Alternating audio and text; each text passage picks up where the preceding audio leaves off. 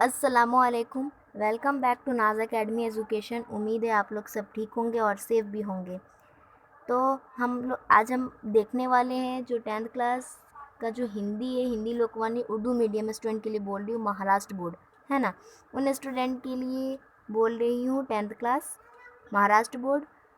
तो हिंदी लोकवाणी का जो 5वां पार्ट है, अनोखे राष्ट्रपति, जिनकी लेखिका है महादेवी वर्मा, उनका हम लोग स्वाध्याय देखने वाले हैं आज। और आप सबसे एक रिक्वेस्ट है कि अगर आप हमारे चैनल पे नए हैं तो हमारे चैनल को सब्सक्राइब कर लें और बेल आइकन को दबा लें, ताकि हम जब भी कोई नई वीडियो अपलोड करें आपको नोटिफिकेशन मिलता रहे।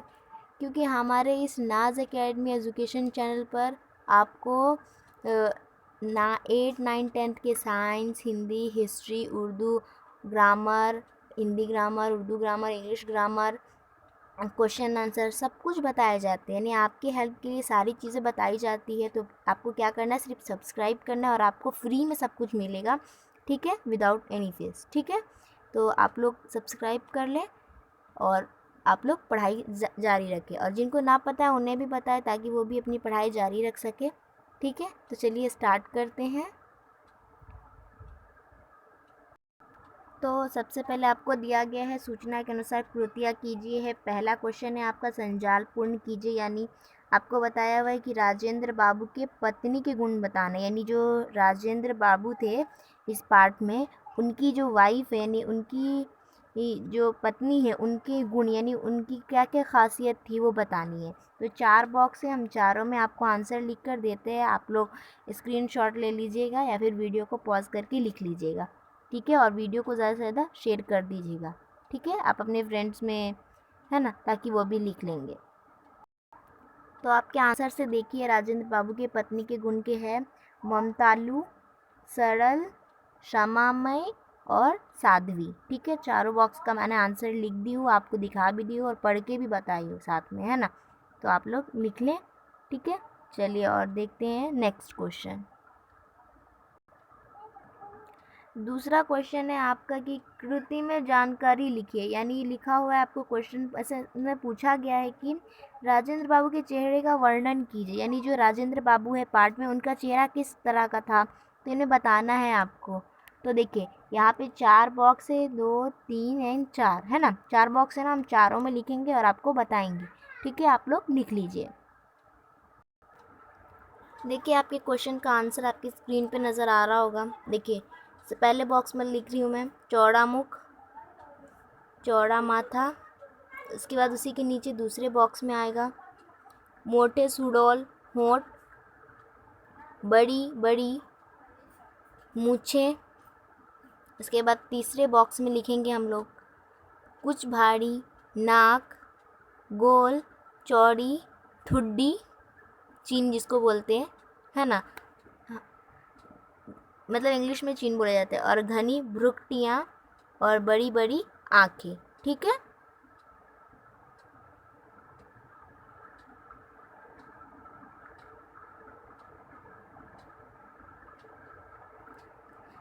यहाँ पर आपका क्वेश्चंस ख़त्म हो जाते हैं, ठीक है। चलिए और दूसरा क्वेश्चन यानी नेक्स्ट क्वेश्चन जो तीसरा हम लोग वो देखेंगे। आपका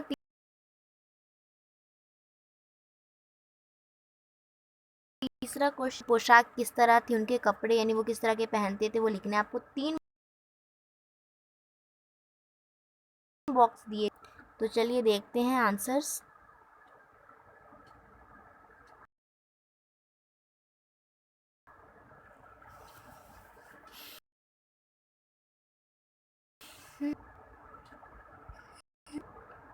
देखिए आपके आंसर से यहाँ देख लीजिए, तीसरे का है राजेंद्र बाबू की पोशाक का है। तो पहले बॉक्स में लिखेंगे खादी की मोटी धोती। यहाँ पर 3 ही बॉक्स दिए हैं, इसीलिए हम लोग 3 ही मतलब उनकी थोड़ी सी पोशाक का लिख रहे, बाकियों का नहीं लिख रहे, है ना। गांधी टोपी थी उनकी, दूसरे बॉक्स में लिखी, और तीसरे बॉक्स में लिखी कि मोटे खुरेदार काले बंद गले के कोट। ये देख लीजिए, ये देख लीजिए, बराबर साफ साफ नज़र आ रहा होगा आपको, है ना, मोटे खुरदुरे काले बंद गले के कोट, ठीक है। चलिए नेक्स्ट क्वेश्चन देखते हैं हम लोग अपना। आपका नेक्स्ट क्वेश्चन ये है कि चौथा क्वेश्चन है निम्नलिखित शब्दों के प्रत्यय और मूल शब्द अलग करके लिखें। प्रत्यय शब्द क्या होता है कि जैसे कि आपको कोई अल्फाज दिया है बुद्धि, तो उसके आगे हम मान लगा देंगे तो क्या हो जाएगा, बुद्धिमान हो जाएगा, है ना। तो ये मान जो लगा हुआ क्या होगा, इसका प्रत्यय होगा, और जो बुद्धि होगा इसका मूल शब्द होगा। ठीक है। इसी तरह उपसर्ग और प्रत्यय और मूल शब्द के ऊपर हमने एक और वीडियो बनाया अलग से, ग्रामर का है। अगर आपने वो वीडियो हमारा नहीं देखे तो लिंक डिस्क्रिप्शन बॉक्स में मौजूद है, आप लोग वहाँ से देख लें, क्योंकि देखेंगे ना तो आपको पूरी तरह से समझ में आ जाएगा कि उपसर्ग और प्रत्यय क्या होता है और मूल शब्द क्या होता है, और इन्हें किस तरह अलग करके लिखा जाता है, और कभी जॉइंट करके भी लिखना पड़ता है हमको, है ना। वो सारी चीज़ें उनमें एकदम पूरा आराम से पूरा अच्छे से समझाया हुआ है, आप लोग देख लो वो। ठीक है। फिलहाल हम ये जो क्वेश्चंस दिए हम इसके आंसर देख लेते हैं। तो चलिए आपके आंसर्स मैंने स्क्रीन पे दिखा रही हूँ और मैं आपको समझा दे रही है किस तरह लिखा हुआ है। तो सबसे पहले मैं आपको दिया हुआ था यहाँ पर कि प्रत्यय साधित शब्द, तो आपको दिए हुए हैं बुद्धिमान, पारिवारिक, रोमिल, ममतालु। ठीक है। और आपको बोला है दूसरा बॉक्स दिया है प्रत्यय शब्द लिखना है। तो इसमें प्रत्यय शब्द अगर आप देखो ना तो क्या है, जैसे मैंने अभी बताया कि जॉइंट होना चाहिए, है ना। यहाँ पे देखिए बुद्धिमान, ये पूरा अल्फाज बताया, यानी पूरा लिखा हुआ बुद्धिमान है, यानी जो बुद्धि शब्द में मान लगाया गया है, यानी आखिरी का। अगर कभी भी आपको बोले ना प्रत्यय साधित शब्द अगर इस तरह लिखे हो ना, तो आपको कोई भी अल्फाज दिया रहा है इसमें इस बॉक्स में, तो आखिरी का देखने का, आखिरी में क्या लिखा हुआ है। जैसे इसमें बुद्धिमान में मान लिखा है, यानी प्रत्यय उसका मान हो गया। ओके। पहले एक सेकंड में सबको हटाती हूँ, फिर मैं आपको समझाती हूँ।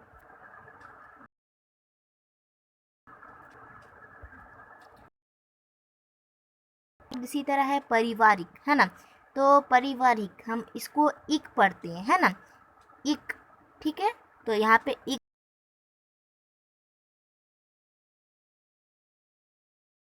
लिखा हुआ है। मिल जो शब्द बताया गया है यहाँ पर, तो इसके आखिरी में अगर देखा जाए तो इल होगा, रो मिल, है ना, इल। तो ये इल हो गया। अगर हम इसको म ल इस तरह नहीं लिख सकते, हम इसको स्वर के अल्फाज में ही लिखेंगे ना, इल। उसी तरह ममतालु है चौथा, तो आलू होगा, एंडिंग में ममतालु, है ना, आलू। जो आलू शब्द से मिलकर बना है ना, ममतालु, है ना, यानी इस तरह बना है ममता, इस तरह शब्द होगा, फिर जमा करेंगे हम आलू शब्द, तब बनेगा ममता आलू। क्यों, देखिए आप लोग यहाँ ममता है, यहाँ पे लू लगा दिया है, लेकिन लिखने में तो इसी तरह आएगा। लेकिन अगर आप इसको अगर टुकड़े करने बोले, कभी आपको इस तरह बताया गया, तो ममतालू शब्द इस तरह लिखेंगे हम लोग, है ना। तो इस तरह जब हम लिखेंगे, तो अगर इसको हटाएंगे, अगर बोला प्रत्यय शब्द छांट कर लिखिए, तो प्रत्यय शब्द इसमें आलू इस तरह आएगा। ठीक है। अब हम देखेंगे मूल शब्द। अब प्रत्यय निकल गया तो मूल शब्द भी ईजी है ना। अब मूल शब्द हटाने के लिए क्या करेंगे हम लोग कि उसके पहले वाला देखेंगे, प्रत्यय यानी उसके आखिरी का देखेंगे, और मूल शब्द यानी जिसमें जोड़ा गया है, यानी बुद्धि है ना, बुद्धि में जोड़ा गया था मान, तो बुद्धि जो है उसका मूल शब्द आ गया। और पारिवारिक है तो परिवार, ये परिवार जमा इक, यानी हो गया पारिवारिक। अब इस तरह देखो, परिवार प्लस इक क्या हो गया, पारिवारिक। रोमी प्लस इल क्या हो गया, रोमिल। ममतालू प्लस ममता प्लस आलू क्या हो गया, ममतालू, है ना। यानी प्रत्यय साधित शब्द अगर आपको बोला जाए, तो अगर प्रत्यय 3 बॉक्स इसी तरह दिया जाए, तो आपको पहले प्रत्यय छांट लेना है। प्रत्यय क्या होगा, एंडिंग का जो होता है वो होता है ना, मान, इक, इल, आलू, है ना, ये चारों के होगी। उसी तरह मूल शब्द में आएंगे बुद्धि, परिवार, रोमी, ममता। ठीक है। तो मैं एक बार सबको हटा देती हूँ, साफ साफ आप लोग देख लो और लिख लो। यानी उम्मीद है आपको ये समझ में भी आ गया होगा, और इसका जो एकदम आप पूरा छांट कर बताया हुआ वीडियो किस तरह आपको पूरा समझाया गया पूरा डिटेल से, वो वीडियो मैंने लिंक डिस्क्रिप्शन बॉक्स में दे दी, आप लोग वहाँ से ज़रूर देख लेना वो वीडियो, ताकि आपको पूरी तरह से समझ में आ जाए। ठीक है। तो आप लोग लिख लीजिए। चलिए नेक्स्ट क्वेश्चन देखते हैं।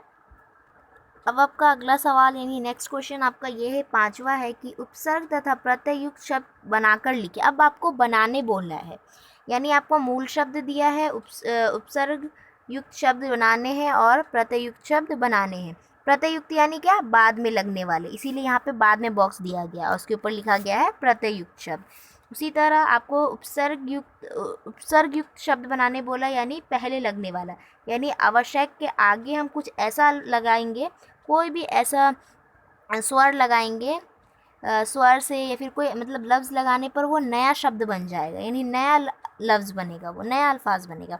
तो उससे क्या होगा कि उसमें एक नई चीज़ आ जाएगी, है ना। उसी तरह है ना, नया बनना, नया बनेगा इन दोनों से, है ना। यानी बाद में लगाने पे भी एक अलग शब्द बनेगा और इसमें लगाने पर भी एक अलग शब्द बनेगा और जिसके मायने अलग अलग होंगे। तो हमको इसी तरह बनाने हैं। यहाँ पर ये 3 क्वेश्चन अभी मैं बता रही, इसके बाद और 3 क्वेश्चन है इसी के, मैं वो भी बताऊँगी। पहले ये तीनों क्वेश्चन हम लोग देख लेते हैं, ठीक है।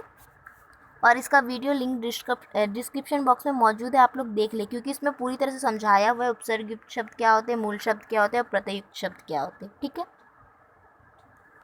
तो देखिए आपके आंसर्स आपके सामने है। पहले का जो आंसर है आवश्यक का हमने उपसर्ग युक्त शब्द बनाया है अति आवश्यक, क्योंकि मैं कलर चेंज कर लूँ तब आपको बराबर समझेगा, ओके। और मूल शब्द हमको दिया ही हुआ था। उसके बाद हमने आवश्यक से प्रत्ययुक्त शब्द बनाया है आवश्यकता, ठीक है। उसके बाद हमको दूसरा दिया गया है कि कर्म, मूल शब्द हमको कर्म दिया गया था, तो हमने इससे उपसर्ग युक्त शब्द बनाया है कुकर्म और प्रत्ययुक्त शब्द बनाया है कर्मठता, ठीक है।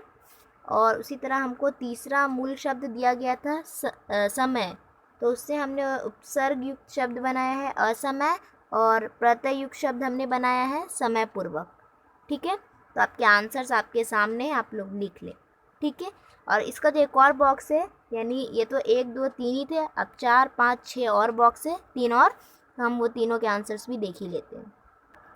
तो आपका जो नेक्स्ट क्वेश्चन था चौथा था, उसमें हमको मूल शब्द दिया था हृदय, तो उसे हमने उपसर्ग युक्त शब्द बनाया है सहृदय और प्रत्ययुक्त शब्द बनाया है हृदयालु, ठीक है। पांचवा था मूल शब्द हमको दिया हुआ सफल, तो उससे हमने उपसर्ग युक्त शब्द बनाया है असफल और प्रत्ययुक्त शब्द बनाया है सफलता, ठीक है। छठा क्वेश्चन था हमारा कि छठा क्वेश्चन में हमको दिया था मूल शब्द चंचल, तो उससे हमने बनाया है उपसर्ग युक्त शब्द बनाया है अति चंचल और प्रत्यय युक्त शब्द बनाया है चंचलता, ठीक है। तो आप लोग लिख लीजिए, आपके आंसर आपके आंखों के सामने, ठीक है। तो आप लोग लिख लीजिए। चलिए नेक्स्ट क्वेश्चन देखते हैं, वो आपका भाषा बिंदु है। तो आपका नेक्स्ट क्वेश्चन आता है भाषा बिंदु, यानी ग्रामर होगा, है ना, ग्रामर से रिलेट और ग्रामर। तो आपको पहले बोला है, पहला क्वेश्चन है कि निम्नलिखित संधि विच्छेद की संधि कीजिए और भेद लिखिए, यानी आपको संधि विच्छेद किया हुआ है और आपको उसका संधि बताना है, यानी संधि शब्द कौन सा और संधि का भेद कौन सा है। तो सबसे पहले मैं आपको ये बता दूं कि संधि के 3 भेद होते हैं। अगर आपको ये ग्रामर पूरा डिटेल से समझना है और जानना है कि क्या है, लिंक डिस्क्रिप्शन बॉक्स में मौजूद है, आप लोग वहाँ से देख लें। पता है, क्योंकि मैंने उसमें बहुत डिटेल से समझाई हूँ, आपको समझ में आ जाएगा, ठीक है। ये Q&A का वीडियो यानी क्वेश्चन आंसर का वीडियो है, तो इसमें आपको डायरेक्टली मैं लिख के बता देती हूँ, है ना, और आपको डिटेल से उसमें समझने मिल जाएगा कि संधि विच्छेद क्या है। तो आपको यहाँ देख लीजिए, आपको नंबर 1 पे आपको 4 बॉक्स दिए गए, एक में तो नंबर आपको दिया गया कितने हैं, है ना, और दूसरा बॉक्स है आपका संधि विच्छेद का, जो आपको ऑलरेडी दिया हुआ है संधि विच्छेद। आपको लिखने हैं संधि शब्द और संधि भेद, है ना। तो पहला जो था आपका दुह प्लस लव, तो संधि शब्द में हम लोग लिखेंगे दुर्लभ। दूसरा था, यानी उसका संधि भेद होगा विसर्ग संधि, ठीक है। उसके बाद दूसरा था महा प्लस आत्मा, तो संधि शब्द यानी ये दोनों ज्वाइंट होकर बनेगा महात्मा, ठीक है। और संधि शब्द संधि भेद बनेगा स्वर संधि, ठीक है। और ये क्यों हुआ है, कैसे हुआ, ये सारा आपको ना डिटेल वो वीडियो में मिल जाएगा, मैं लिंक डिस्क्रिप्शन बॉक्स में दे दी हूँ, आप लोग वहाँ से देख ले। तीसरा क्वेश्चन है अनासक्त, है ना, तो इसका संधि शब्द आएगा अनासक्त। उसके बाद संधि भेद बनेगा व्यंजन संधि। चौथा है अतः चेतना, यानी अंत सचेतना, है ना, संधि शब्द हुआ और संधि भेद होगा विसर्ग संधि। उसी तरह पांचवा है सम प्लस तोष, और सम प्लस तोष दिया, यानी इसका संधि शब्द बनेगा संतोष और इसका संधि भेद बनेगा व्यंजन संधि। छठा क्वेश्चन है आपका, संधि शब्द दिया हुआ है सदा प्लस एव, तो संधि शब्द बनेगा सदैव और संधि जो भेद है वो बनेगा स्वर संधि। स्वर संधि क्या होता है, जब ये इनके टुकड़े किए जाते हैं ना, आज इनके शुरू मतलब जैसे कि सदा प्लस एव है ना, यानी सदा, इसके आखिरी में आ का उच्चारण हो रहा है, यानी स्वर का हो रहा है। और उधर भी ए में भी क्या हो रहा है कि आ इसका उच्चारण हो रहा है, किसका,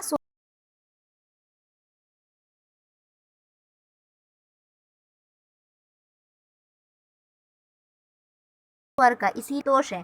तो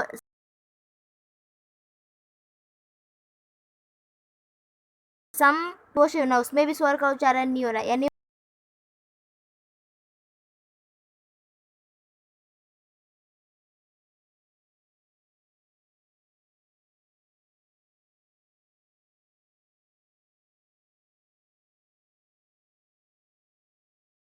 तो क्या हुआ कि ना अतः, यहाँ जो बताया हुआ है, इन दो बिंदु जैसे यहाँ पे दुह में है, ये दो बिंदु जहाँ पे रहना तो समझ जाने का विसर्ग संधि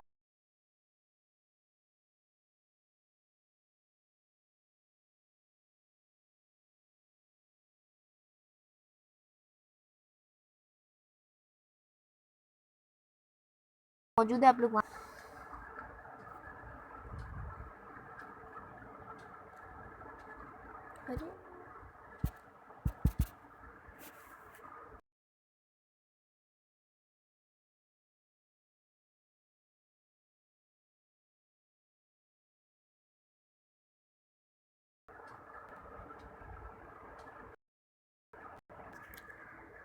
अब आपका दूसरा क्वेश्चन दिया गया है भाषा बिंदु में ही कि निम्नलिखित शब्दों का संधि विच्छेद कीजिए और भेद लिखे, यानी आपको इस बार शब्द दे दिया गया और आपको संधि विच्छेद करना है, इनके टुकड़े करना है और बताना कि कौन सा भेद है, यानी स्वर संधि या फिर व्यंजन संधि या फिर विसर्ग संधि है। तो अब इनको पहचानने के लिए हमें तो करना पड़ेगा ना विच्छेद, तभी हमें मालूम पड़ेगा कि कौन सा भेद है। चलिए स्टार्ट कर लेते हैं। तो देख लेते हैं, पहला हमको दिया गया शब्द में सज्जन, तो संधि शब्द होगा सत्य प्लस जन, यहाँ देख ले, सत्य प्लस जन, संधि शब्द भेद होगा व्यंजन संधि। दूसरा है नमस्ते, तन संधि विच्छेद होगा नमः प्लस इते, या और संधि भेद होगा विसर्ग संधि। तीसरा है स्वागत, तो इसका संधि विच्छेद होगा सु प्लस आगत और संधि भेद होगा स्वर संधि। चौथा क्वेश्चन है दिक्दर्शक, शब्द दिया गया हमको, तो संधि विच्छेद होगा इसका दिक् प्लस दर्शक और इसका भेद होगा, संधि भेद होगा यानी व्यंजन संधि। पांचवा है यदि अपि, तो इसका संधि विच्छेद होगा यदि प्लस अपि और संधि भेद होगा स्वर संधि। छठा है दुस्साहस, तो संधि विच्छेद होगा दुह प्लस साहस और संधि भेद होगा विसर्ग संधि। ठीक है, तो आप देख लें आंसर्स, मैंने बता दी हूँ क्यों कैसे होगा, और इससे भी डिटेल है, आपको लिंक डिस्क्रिप्शन बॉक्स में मौजूद है, आप लोग वहाँ से देख लें। चलिए नेक्स्ट क्वेश्चन देखते हैं। अब आपको तीसरा क्वेश्चन है इसी का, भाषा बिंदु का, कि निम्नलिखित शब्दों का विच्छेद कीजिए और संधि भेद लिखिए, यानी ये जितने शब्द दिए गए हैं आपको और इसका विच्छेद करना है, ठीक है, और हमको बताना है कि कौन सा ये भेद है, व्यंजन संधि है या स्वर संधि या फिर विसर्ग संधि, इस तरह बताने हमको। ठीक है, तो आपके आंसर्स देख लीजिए, आपको यहाँ पे 6 ये शब्द दिए हुए थे, तो मैंने विच्छेद किए इनके। पहला है दिग्गज, तो दिग्गज का मैंने लिखा दिक प्लस गज। सप्ताह है दूसरा, तो इसका मतलब मैंने संधि विच्छेद की हुआ है ना, विच्छेद किया हुआ है, ये सारे शब्द विच्छेद किए हुए हैं। ठीक है, इतना दीजिए ध्यान। इसके बाद सप्ताह का बनेगा सप प्लस, इसी तरह निश्चल का है नी प्लस चल। इस तरह भानुदय है, तो भानु प्लस उदय, और निसंदेह का है नि प्लस संदेह, और आखिरी है स्वस्थ। अब इनके भेद देख लें। दिग्गज का भेद हो गया है व्यंजन, और सप्त प्लस आ, तो उसका भेद है पर, और निश्चल यानी जो 30 का विसर्ग संधि होगा, स्वर विसर्ग स्वर विसर्ग और स्वर इस तरह लिख दी हूँ क्योंकि संधि आपको पता है, आपको लिखना पड़ेगा। ठीक है, मैंने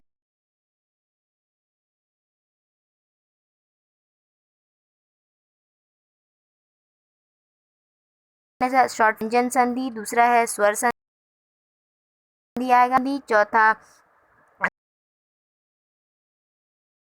छठा